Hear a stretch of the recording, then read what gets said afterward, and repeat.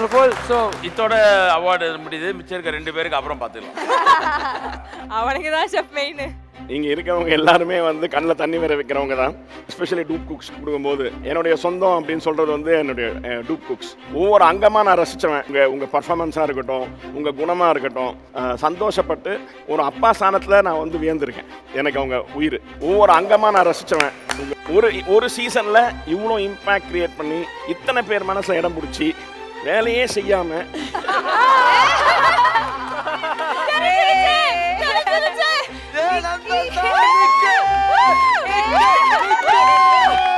ஒரு சீசனை தாங்கி பிடிச்சி ஒரு கலக்க முடியும்னா அது நிக்கியால தான்.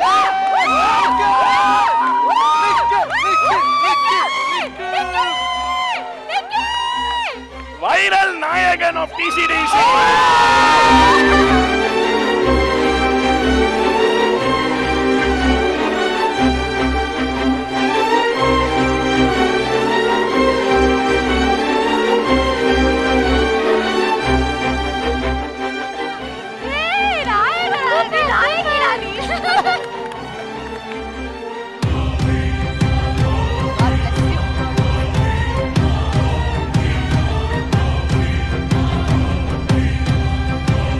இங்க நான் தான் ரங்கராய சக்திவேல்.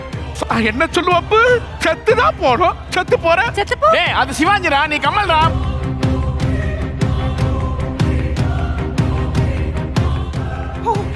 ஏய் நீ அழுதா தாங்க மாட்டே.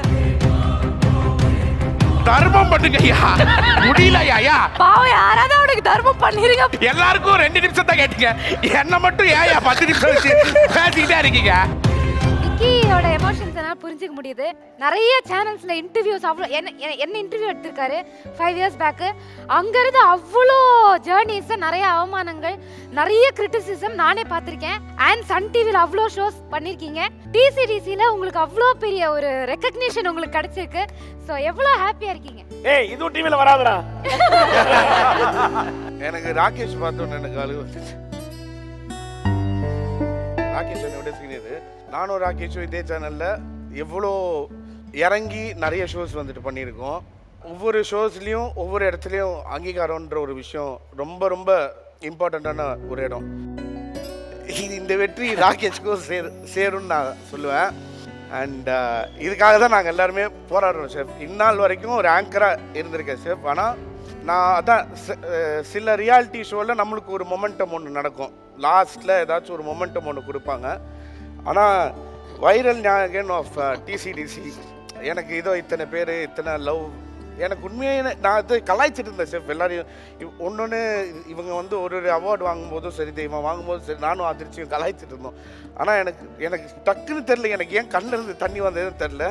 டிசிடிசின்றது வந்து எனக்கு ஒரு மிகப்பெரிய ஒரு பிளாட்ஃபார்ம். நான் சீசன் 1க்காக நானே வந்து கேட்டிருக்கேன். எனக்கு வந்து இதில் ஜாயின் பண்ணணும் அப்படின்னு சொல்லிட்டு. எனக்கு பட்சர்னால் எனக்கு அவ்வளோ ரொம்ப ரொம்ப பிடிக்கும். நான் அவங்கள வந்து நிறைய பார்த்துருக்கேன், நிறைய வியந்திருக்கேன். அதை தாண்டி இங்கே அத்தனை பேருமே வந்து ஒரு ஃபேமிலியாக சரி.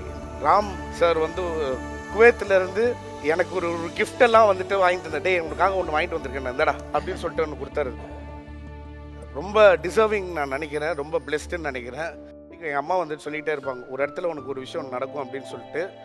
ஆனால் இது எனக்கு வந்து ஒரு பெரிய ஒரு அவார்டு ஷெஃப். இந்நாள் வரைக்கும் நான் எந்த இதுலேயும் நான் இந்த மாதிரி தேம்பி அழுந்தது இல்லை. ஆமாம். So this my first time top. S.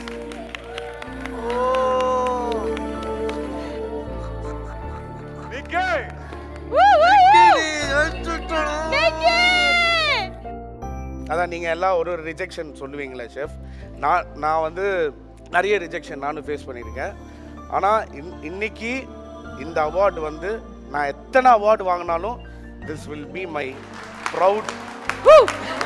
நான் எத்தனை அவார்டு நான் வாங்கினாலும் நான் டெஃபினட்டாக சொல்லுவேன், என்னோட ரோலில், என்னோட ஷோ கேஸில் இது சென்ட்ரல் என்ன டெஃபினட்டாக. அண்ட் இது நான் வந்து ராகேஷ்க்கு டெடிகேட் பண்ணுறேன்.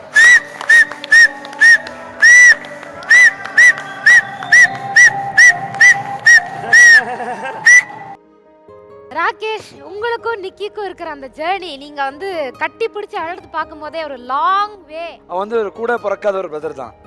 நிறைய ரிஜெக்ஷன் பார்த்துருக்கோம்ல லைஃப்பில். நிறைய இடத்துக்கு போகும்போது என்னைக்காவது நம்மளும் யாராவது வந்து பார்ப்பாங்களா, பேசுவாங்களா, நோட் பண்ணுவாங்களா, நமக்கு ஏதாவது கிடைக்குமா அப்படின்னு யோசிச்சிருக்கோம்.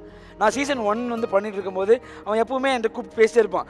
சீசன் 1 எப்படி போயிருக்கு, எனக்கு வரணும், ஏதாவது பண்ண முடியுமான்னு. ஃபஸ்ட் எபிசோட் வந்து எல்லாமே ஃபாலோ பண்ணிருக்கேன் சார்.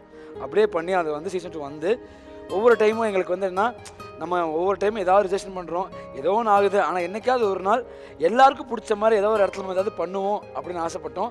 அது எனக்கு சீசன் 1 நடந்துச்சு. சீசன் 2 அவனுக்கு நடக்கும்போது எனக்கு ரொம்ப ஹாப்பியாக இருக்குது. ஸோ ஆல்வேஸ் என் பிரதர் ஜெயிச்சா நான் ஜெயிச்ச மாதிரி தான். லாஸ்ட் ஒன்னேன்னு சொல்லி முடிச்சுக்கிறேன். தேங்க்ஸ் டு இந்நாள் வரைக்கும் நான் தான் 2 கேமரா 2 லைட்ஸ் மட்டும் தான் பார்த்துட்டு இருந்தேன். ஆனால் இப்போ ஒரு ரீசெண்ட் 4 இயர்ஸாக வந்துட்டு என்னை சுற்றி இத்தனை லைட்ஸ் இருக்குது, 10-12 கேமரா என்னை சுற்றி இருக்குது அப்படின்னா டெஃபினட்டாக அதுக்கு வந்து ஒரு மிகப்பெரிய ஒரு ரீசன் சன் டிவி அண்ட் இந்த ஷோ மீடியா மேசன் அப்படின்ற ஒரு விஷயம். எனக்கு வந்து நீங்கள் சொன்னால் நம்ப மாட்டீங்க ஷெஃப், எனக்கே வந்து என்னால் நம்ப முடியல. யூஎஸ்லேருந்து ஃப்ரான்ஸ்லேருந்து நிறைய பேர் வந்துட்டு டெக்ஸ்ட் பண்ணுறாங்க, இதெல்லாம் நம்மளுக்கு தானே இல்லைனா ஃபேக் ஐடியிலேருந்து வருதா சொன்னாங்க. ஆனால் நாங்கள் ரீசெண்டாக வந்து ஒரு இடத்துக்கு போகும்போதும் சரி, ஸ்ரீலங்காவிலேருந்து ஒரு 10 பேர் எங்களெல்லாம் கங்க்ராச்சுலேட் பண்ணாங்க. என்ன வாய்ஸ்ன்னு ராகேஷ் எல்லாருமே இப்போ ஃபர்ஸ்ட் லீவ் பண்ணுற ஒரு ஷோ என்றால் அது TCDC2 தான் நாங்கள் பார்க்குறோம் தம்பி, அப்படி தான் அவர் சொன்னது. ஸோ இது எல்லாருக்கும் தான் வாழ்த்துக்கள் சொல்கிறோம். So media mission is my இது வந்து இனிமேன்றதை தாண்டி நான் இந்த ஃபேமிலிக்குள்ளே என்டர் ஆகிட்டேன். அண்ட் இனி நான் ப்ரௌடாக நான் சொல்லுவேன், எனக்கு ஏதாச்சும் ஒரு விஷயம்னா நான் இவங்களை வந்துட்டு தைரியமாக கான்டாக்ட் பண்ணுவேன் அப்படின்னு சொல்லிட்டு. So thank you so much media mission team and my lovable Sun TV. Thank you. Yes.